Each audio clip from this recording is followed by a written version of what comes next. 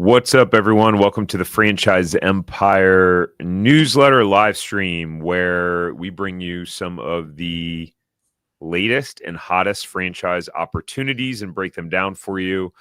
Today, we are going to cover a resale for only $150,000 with a proven brand. We'll talk about Tropical Smoothie. Have you ever driven by or been in a Tropical Smoothie and wondered how much they cost to get open, how much money do they generate in terms of sales, what type of fees do they charge, and is it a good investment? Well, we're going to break down all of those numbers for you today. And we'll talk about a couple of other things as well, some clients that we've worked with recently, as well as what was surprisingly a very popular video around a tool truck franchise.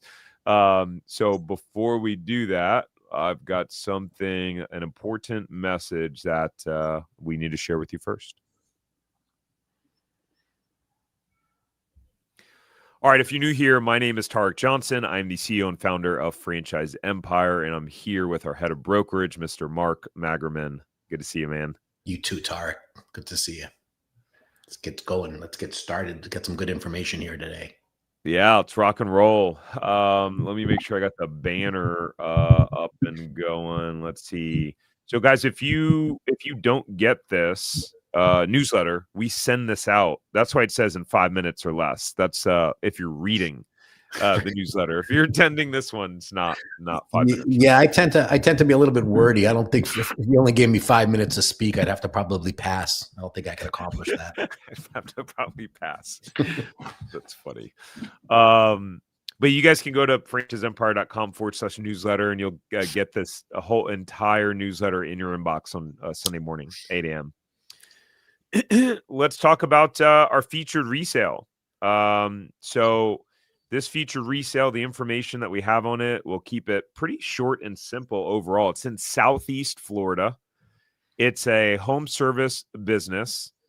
The asking price is $150,000, and the trailing 12-month of gross sales is $258,000. So, Mark, we don't have a tremendous amount of information here because sometimes we get limited information from the franchisors or the sellers.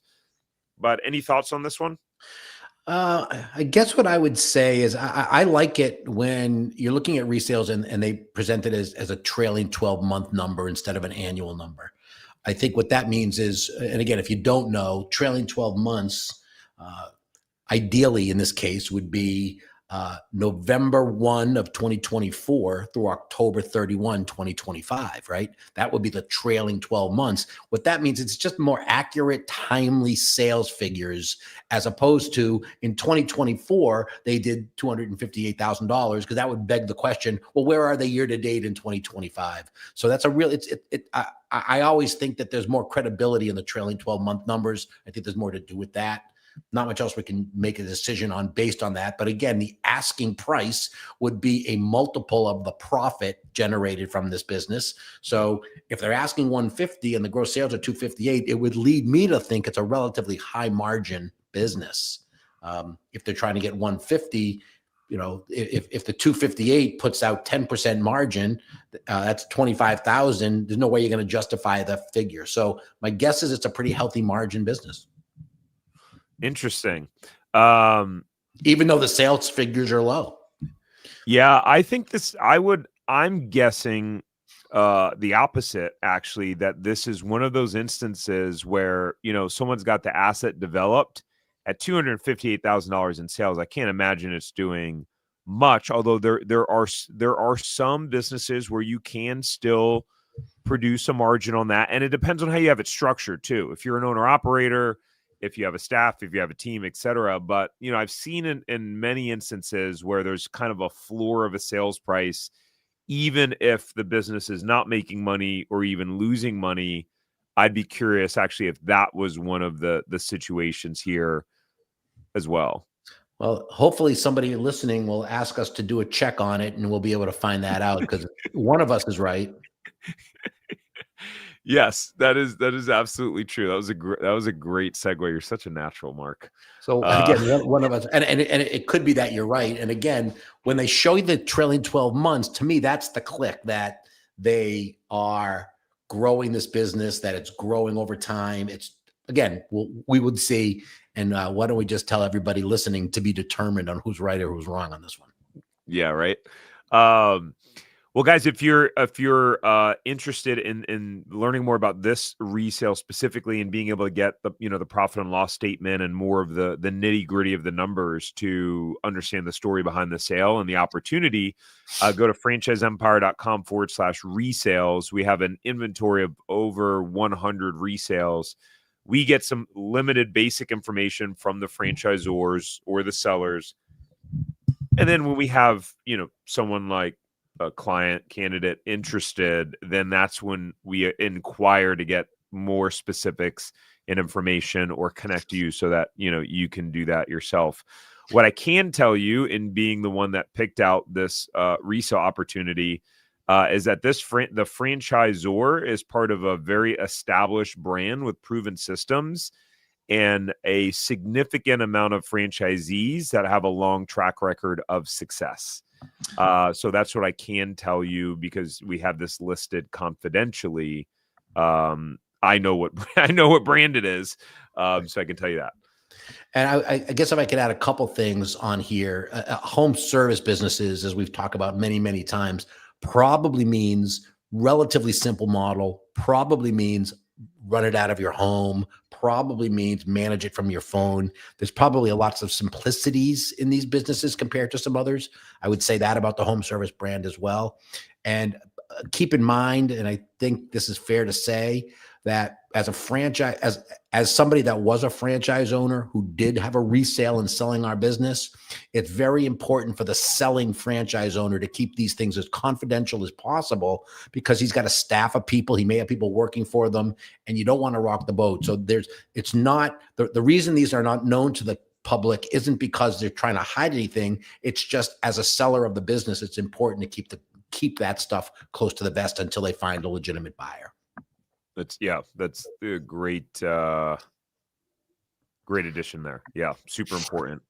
And guys, for something like this, by the way, I'm going to go out on a limb and make the assumption that this would need to be paid in cash. Again, it depends on if it is showing enough margin to support the debt payments, but just to be safe, if it isn't, I would say this would need to be something we need to be prepared to fund this outright and not be getting a loan. And at 150 grand, if you're buying a business, you should probably have that amount of money somewhere. You can use retirement account. You can use ROBS, which is what I mean by retirement account. You can use a home equity line of credit. If you have an investment portfolio that's non-qualified assets, meaning it's not in a retirement account, certain investment companies will allow you to take a loan out on the investments, called a liquidity access line. You got all sorts of different ways that you can fund it. So also, and this happened when we sold our business, a really savvy buyer would ask the seller to maybe take a note and maybe finance some of that on the seller's responsibility. That's also another option. Maybe you pay $120,000 and you ask the seller to finance $30,000 over the next year to plus, which also allows the new buyer to make sure that the seller is still invested in the business. That's another opportunity there for you. Yeah, that's great advice, Mark. There was guys, I need to start making a point of this at the beginning. If you guys have questions throughout this about anything that we're talking about or anything franchise related, let us know in the comments and we will answer your question or questions towards the end of the video. So happy to dive into that. Again, if you are interested in looking into our portfolio of resales that we have available, you can type that website domain in and go submit an inquiry and have a free meeting with our team. But let's move on. New franchise owner through Franchise Empire. So every week we celebrate a new franchise owner that became a business owner through our team at Franchise Empire. And our mission is to help individuals own a money-making franchise. And we do that through helping people find, vet, buy, and launch those franchise opportunities. And these are the moments to be celebrated because it's really exciting and cool. I remember when we signed our franchise agreement, I'm just like so proud, so excited, scared, terrified, all of it. All of that. But this one specifically is about Isaac. Mark, you want to tell us a little bit about Isaac? And do you remember who on the team worked with him? I think Chris, if I'm not mistaken. But the other thing I'll say is, and this is a little feather in our franchise empire hat, which, excuse me, we do have the floor, so we can do this. We're presenting you a new candidate every week of franchise empires that had purchased franchises. So that means we've done at least 52 of these deals in a year because we're presenting a new one every week. So we're very, very good at helping people actually realize their goal because we have this whole portfolio of candidates to talk about. Just thought I'd put in a shameless plug there. That's a good point. So Isaac worked with one of our brokers, Chris, who we've mentioned before. And a few years ago, he did explore franchise opportunities in the pizza industry, but never quite found the right fit. And that's interesting. So many people come to us after failed attempts at franchising food. And in many cases, we say, thank God, because food isn't for everybody. But life moved on, but the desire to own his own franchise business never went away.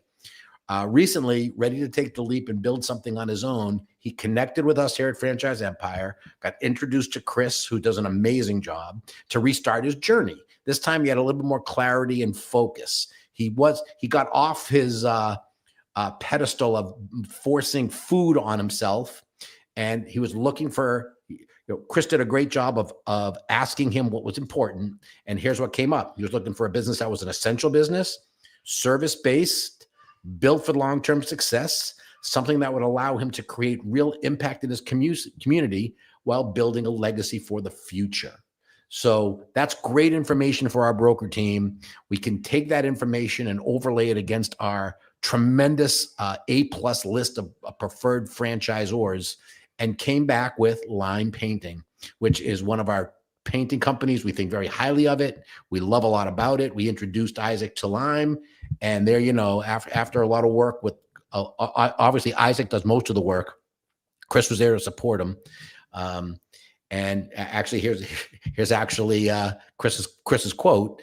Isaac came back into the process with the intention and clarity. He asked the right question, trusted the process, and found a brand that truly fits his goals. He now owns Lime Painting. He's officially on the path to ownership, this time with a plan, purpose, and the brand he believes in. So it's a real great lesson there, because so many people come to us, Tarek, thinking that they are, I want to invest in XYZ. And it's usually a lot of businesses that they see every day, McDonald's, Burger King, 7-Eleven, but they don't really know about the process. Then they get in touch with us here at Franchise Empire. We force them to answer really hard questions about themselves and what they're looking for. And here's a guy that a few years ago was going to buy a Domino's pizza franchise, and now he's the proud owner of a painting company. Couldn't be any different, but this is what's right for him, and I think he's going to do really, really well. And congratulations to Chris to stay on path with this guy. And I think I had a chance to meet Isaac at one of our Q&As, and he's tickled to death, and he really appreciates our process. So this could be anybody. Isaac is not any different than any of the candidates we work with every single day. Yeah, great point, and well said. Yeah, it's funny. I mean, one of the most common mistakes and way people get exposed to franchising is you walk into a shop, right, or an ice cream place or dessert place or food place or something, and you're like, ooh, it smells good in here. The food tasted good. It was like, you get these endorphins running through your system, and you're like, we should own one of these. And I will tell you what, it's one of the franchise buying mistakes. It's one of the 14 franchise buying mistakes that we have listed in a document that we share with people. And guys, I am not immune. We'll still walk into a place and you see it's busy and you see this flood, and I'll still be like, oh wow, this, give my wife a look. But then it's like, all right, no, I know not to make this mistake. So it's hard not to get wrapped up into the excitement and endorphins overall. But at the end of the day, I don't know. I'm not a huge believer, Mark, I'm curious to your take on it. I think I know what your answer is going to be, but you have some billionaire entrepreneurs out there that say you should always follow your passion. You should never do a business you're not passionate about. I personally don't agree.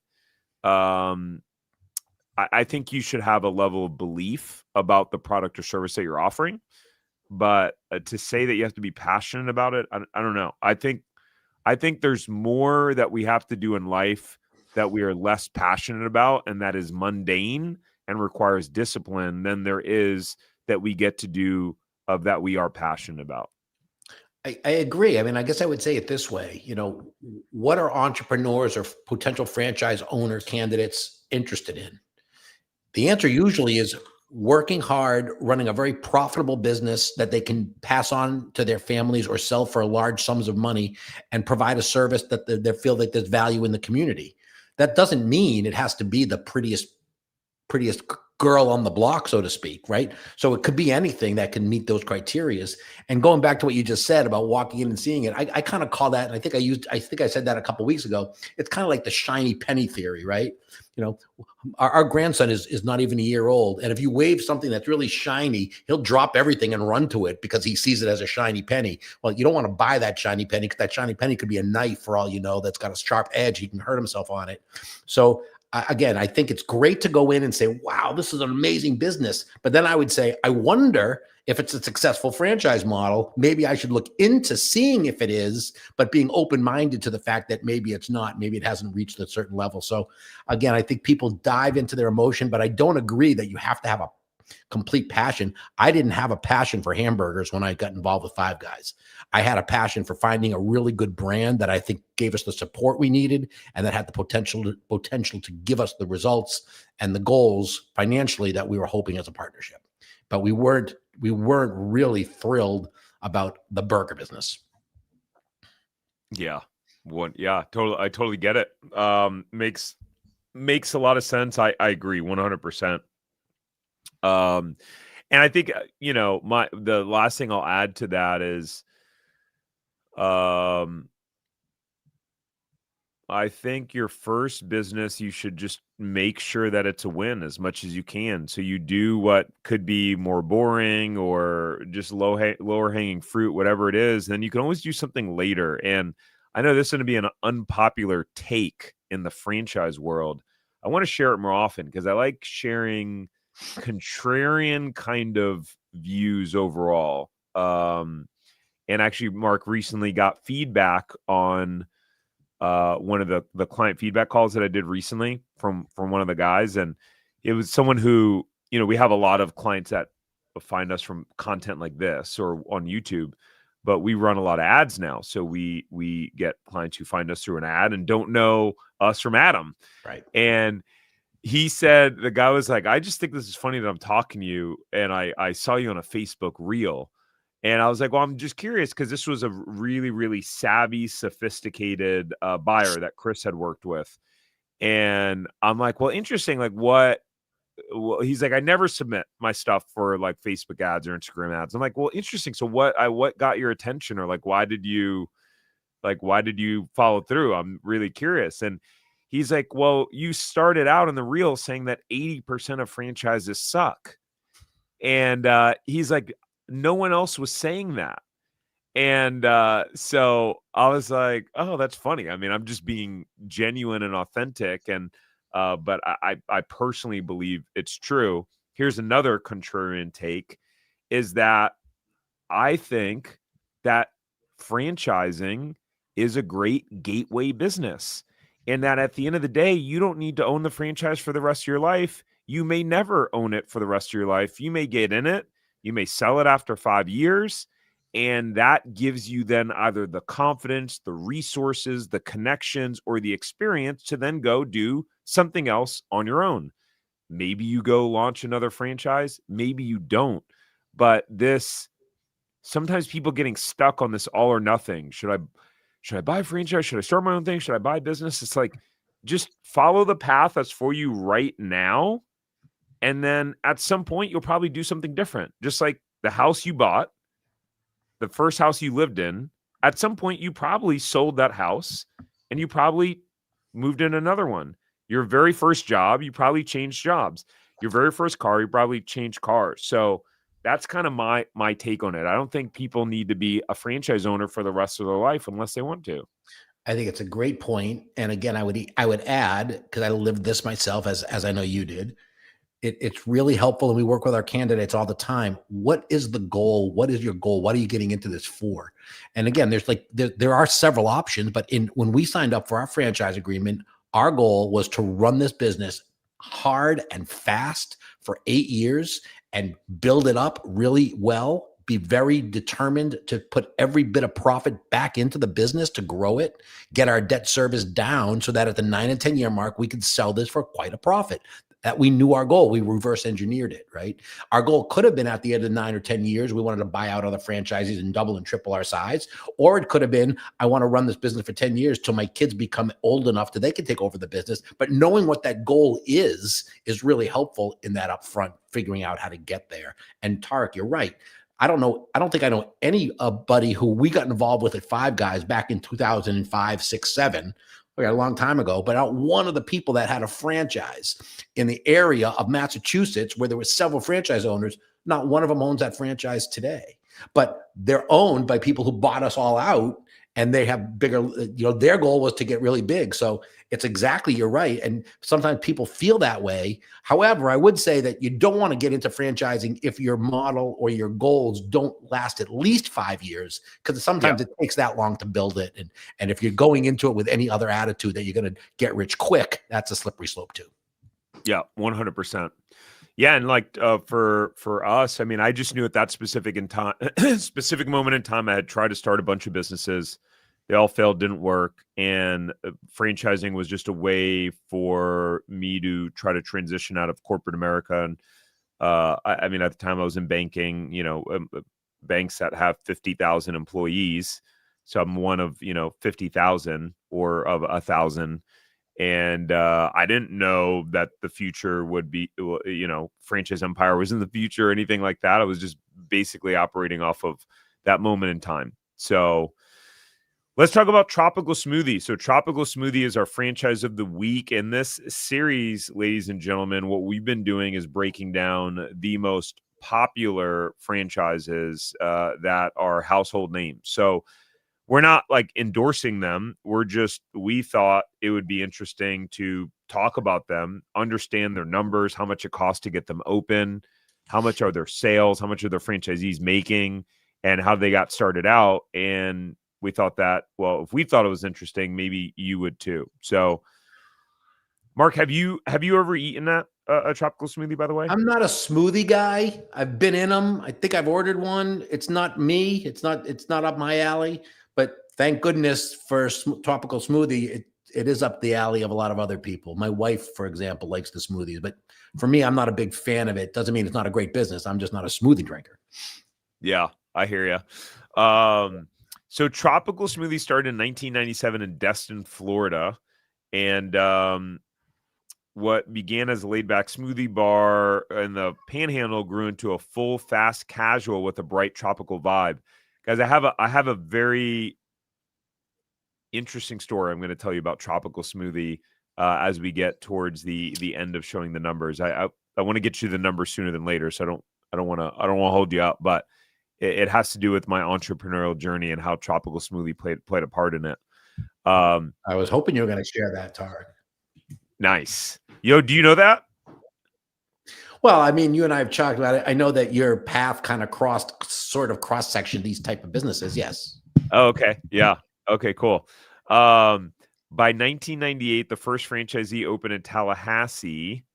And within 2 years, the brand, by 1999, it had sandwiches and wraps in the menu, transforming from a smoothie bar into a balanced cafe concept, which I think was smart. It put them, it separated them from the competition, in my opinion, because most of the places are really just smoothie bars. Today, roughly 60% of their sales come from beverages, 40% from food. By the way, if you guys think Tropical Smoothie is healthy, then I have an oceanfront view to sell you in Wyoming. I don't know. The Wyoming doesn't have a Yeah, it's the marketing is fantastic because the people really believe it is, but that's really funny. guys, those smoothies have like 50, 60 grams of sugar, by the way. Yeah. Okay, it's different if you're using like actual frozen fruit, but a lot of times there are some like syrups and juices added. It's really not as healthy as you think it is. Probably healthier than eating a cheeseburger. But Yeah, you know, but not as much fun. no. Yeah. Well, I guess it I depends. guess. I really like smoothies. I like cheeseburgers too. I like cheeseburgers too. After years of steady growth, the brand caught the attention of private equity firms. And in 2020, Levine Lichtman Capital Partners acquired Tropical Smoothie. And in April 2024, Blackstone purchased the brand in a deal worth nearly $2 billion. Guys, this is that, you know, we don't talk about it a lot, but there are two ways to make money in franchising. Number one is to become a franchisee. Number two is to become a franchisor. To become a franchisor is much harder, by the way. Much harder. You take on way more risk, way more headache, and the likelihood of you failing is higher as a franchisor. It's very, very difficult.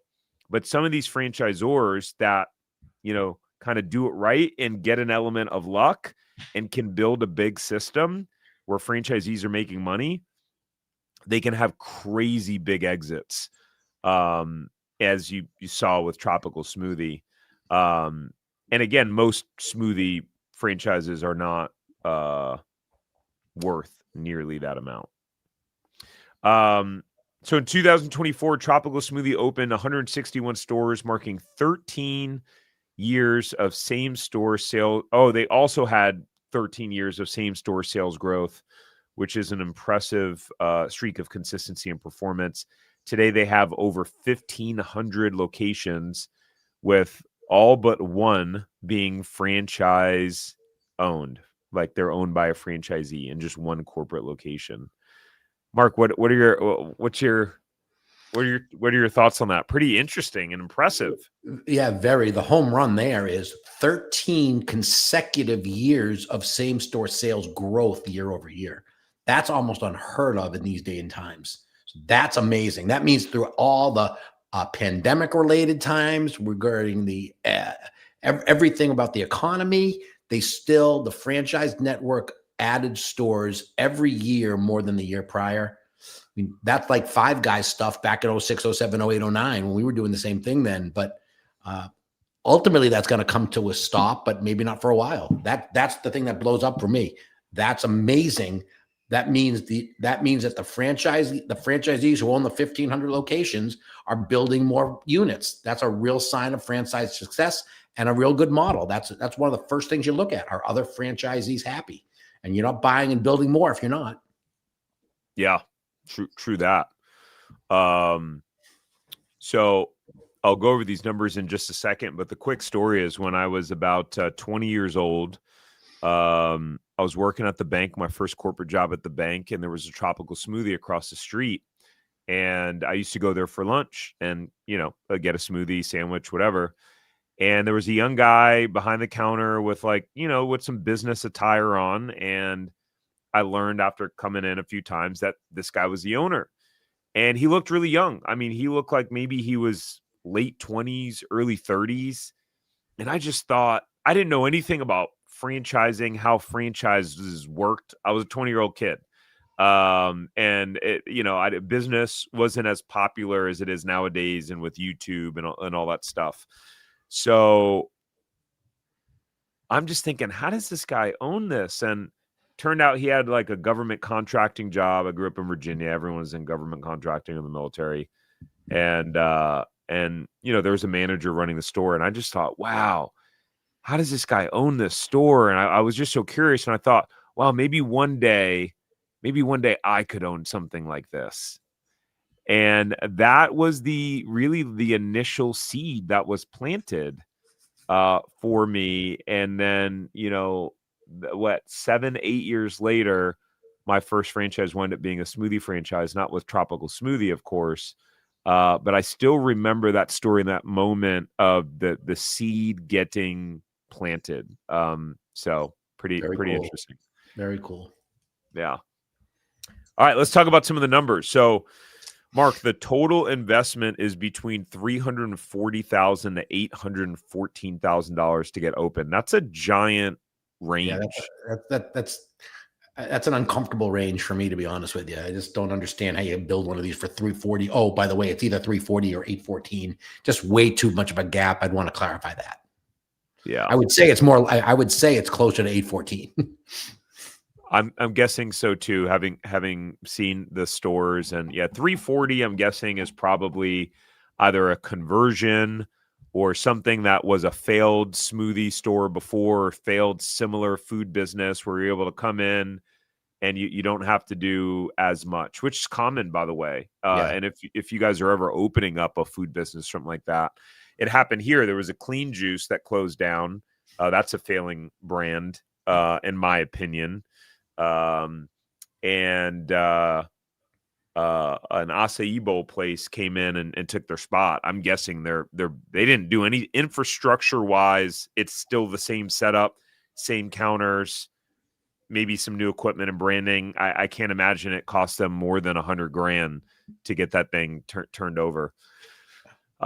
Franchise fee, $35,000, grand opening marketing contribution of $10,000. Multi-unit additional fee, $25,000 per unit. So you get a discounted $10,000 off. The royalty, 6%, which is pretty standard. I'd say maybe a little bit on the lower side. Sometimes they're around 7%. National marketing fee between 5% and 6% of gross sales. That seems pretty high. I haven't really seen a lot of like Tropical Smoothie commercials or billboards. Mark, what's your thoughts on that?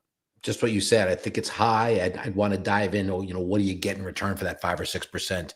Maybe it's a regional advertising thing. I don't know. But with 1,500 locations, you would think that they could do something on a national level. But I don't remember the last time I saw an advertisement from them. So what are you getting for that 5 to 6%? It might not be too much, but what are you getting in return?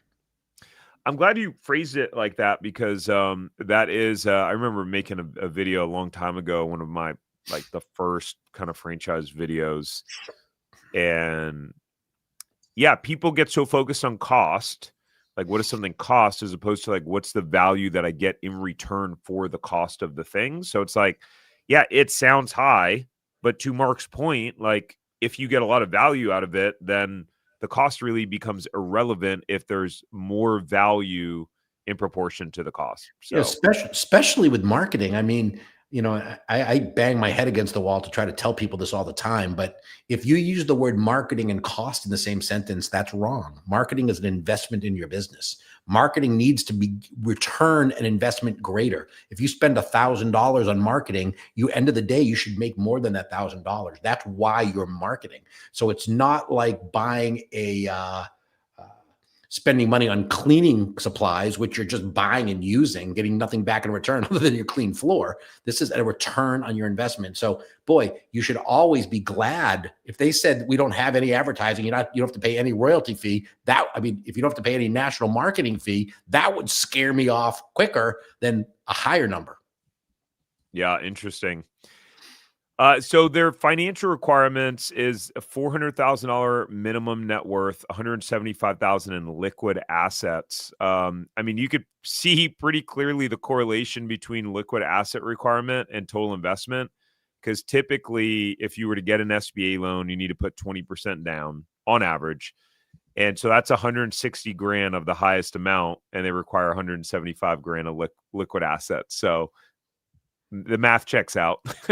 The math checks out. And again, as we say almost every week, I think the ideal model here is for somebody looking to do a lot more than one unit.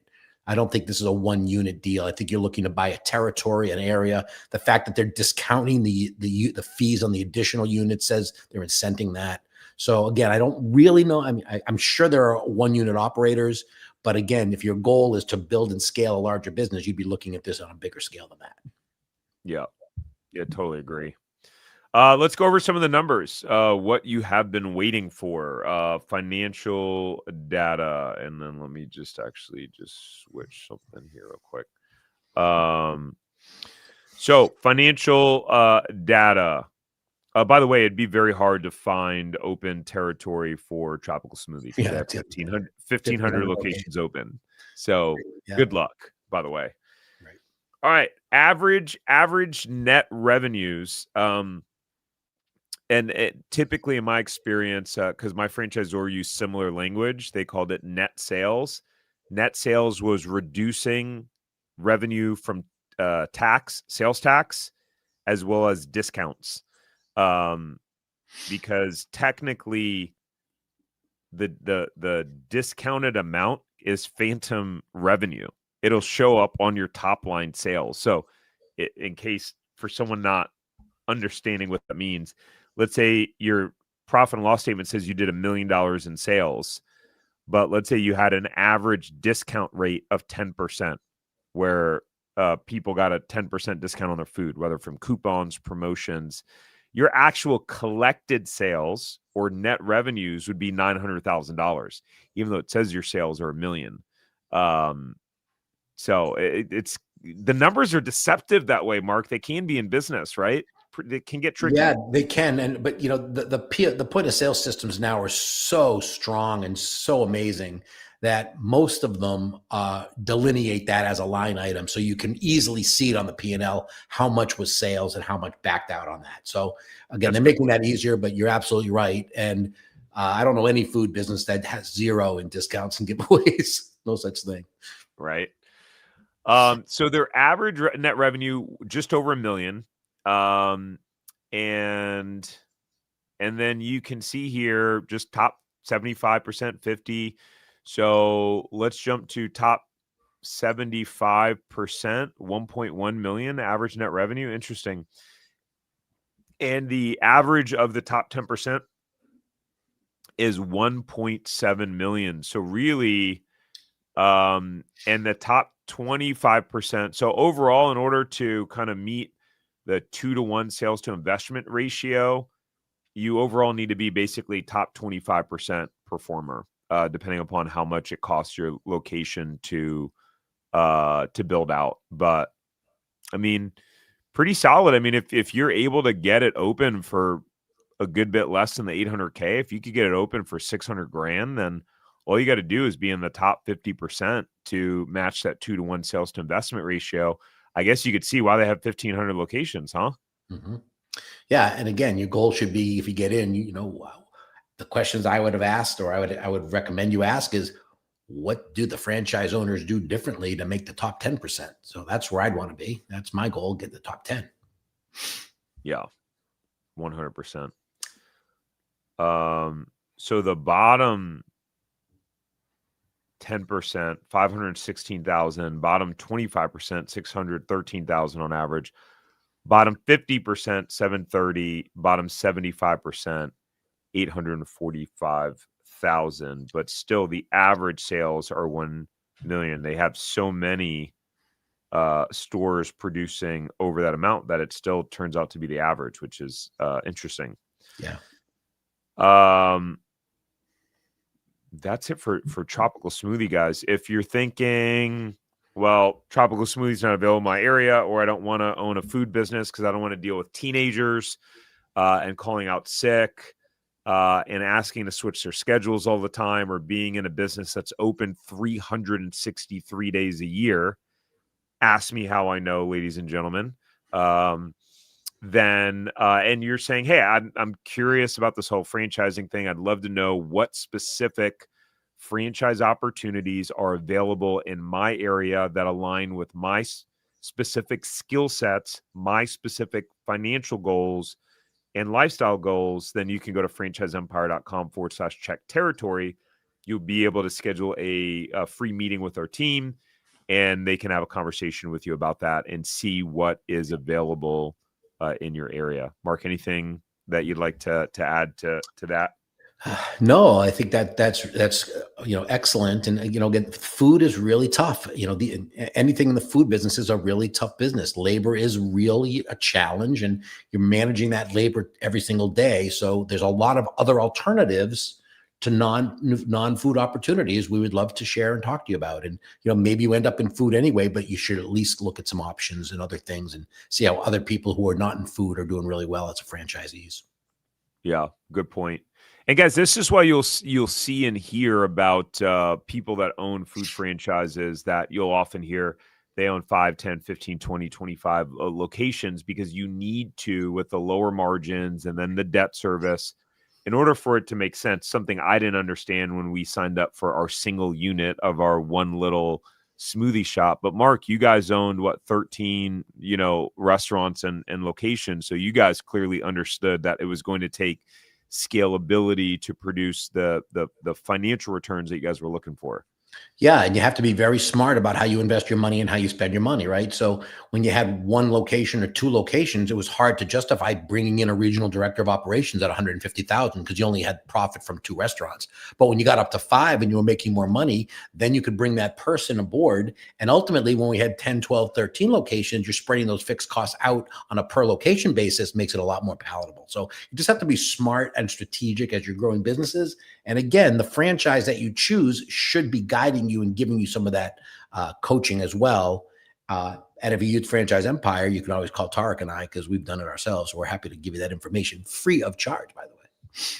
Don't call me, but Mark will talk to you. Don't call Tarek, but call me, please. I'm happy to take both the calls. The one for Tarek and the one for me. I know you guys don't want to talk to me. Mark's the one with all the knowledge, anyways. So I'm just the face. That's not really true. We'll leave it at that for the time being. We don't have that much more time. This is a funny thumbnail. I love this. Shout out to our marketing team, because that's it's really good. I just don't know why your face and my face is in the same picture as the dog poop. It's something about that I don't quite understand. I'll have to ask Allie when I see her next.